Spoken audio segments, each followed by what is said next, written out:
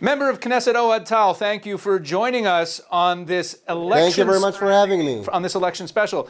So, of course, we see this incredible victory, and you've been one of the more outspoken members of Knesset, endorsing Donald Trump, hoping for a victory. You've spoken about this publicly. Just give me your initial reaction to this incredible victory. I think every person who wants the best of Israel should be happy today. I think when you see that the Iranians are upset, when you see that those who were burning American and Israeli flags in college campuses in America are sad, it's a great reason why we should be very happy. And I think the fact that President Trump didn't only got the presidency, but also the Republicans got the Senate and the House, I think that's an unbelievable victory. And I think we should all be happy. That'll be good for America, that'll be good for Israel, that'll be good for the world.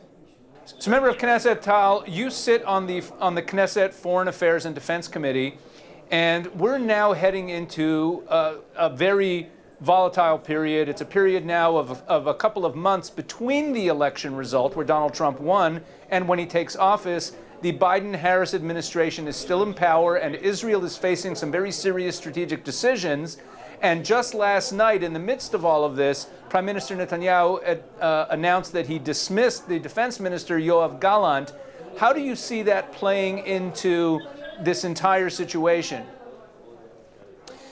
I think these are two separate issues. I think the fact that Prime Minister Netanyahu has the right, by the way, to make a decision to change to replace people in the government. That's his right, and this is what he's done because he believed that Minister Gallant was not cooperating with the government. I know I can tell you, as you said, I'm sitting in the Security and Foreign Affairs Committee, and I've heard from him, from Gallant himself several times, that he was against Israel getting into Rafah, for example. He was against attacking in Lebanon, and he thought that the main thing we should aim for is a ceasefire deal with Hamas, basically.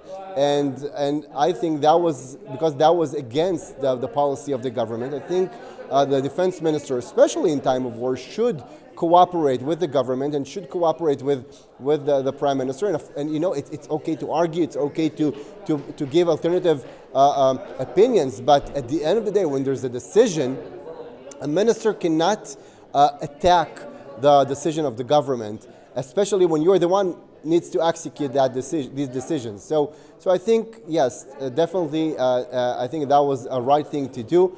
We need to have a defense minister who will cooperate with the government and will execute their plans. And I think in that regard, I think President Trump will stand with Israel, will support and back us in what we're trying to achieve. I think we all understand that the current threat from Iran is not something we can tolerate any longer. We have to change that reality. And I hope and I believe that President Trump will back Israel doing what needs to be done. No, well, that's exactly the point that I'm getting at here. While we have these 2 months now, 2.5 months, where the Biden and Harris administration and Tony Blinken and that whole gang that has been actually making Israel's life pretty difficult over the last year, in many ways, diplomatically and getting involved in our strategic decisions, they're still in power.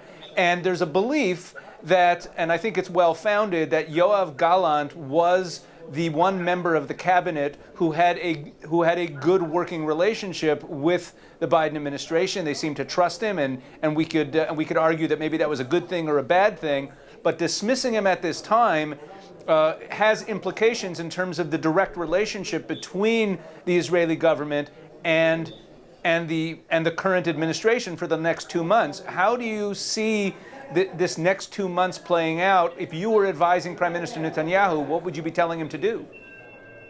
First of all, it is a challenge. The coming months until January 20, when the Biden administration is still in power, and can definitely cause Israel some headaches. We all remember what happened the last time when Obama left office, and his last resolution was to promote anti-Israel resolution at the UN General Assembly, and not in the General Assembly, certainly in the Security Committee of the United Nations. Exactly. We all remember what Netanyahu did then. He asked Russia to stand with us and to veto the decision. We don't have Russia now, so it is a challenge. It's very complicated, but I am certain that Prime Minister Netanyahu would do what needs to be done also to prepare for that. And I think the fact that now the Republicans has both the House and the Senate can definitely help Israel in fighting any attempts by the current administration to harm Israel or to take us back in everything we achieved in the past year.